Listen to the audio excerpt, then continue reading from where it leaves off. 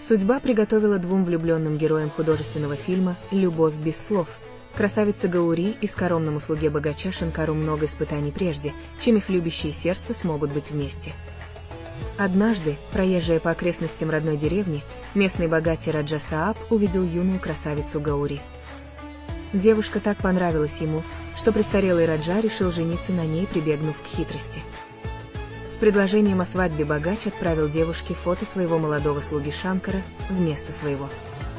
Конечно же, красивый жених сразу же приглянулся Гаури, и она дает согласие выйти замуж, но во время свадебной церемонии девушка с ужасом узнает правду о настоящем женихе.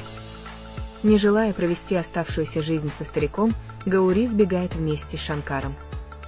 Однако, вслед за неверным слугой и непокорной женой Раджа посылает своих людей.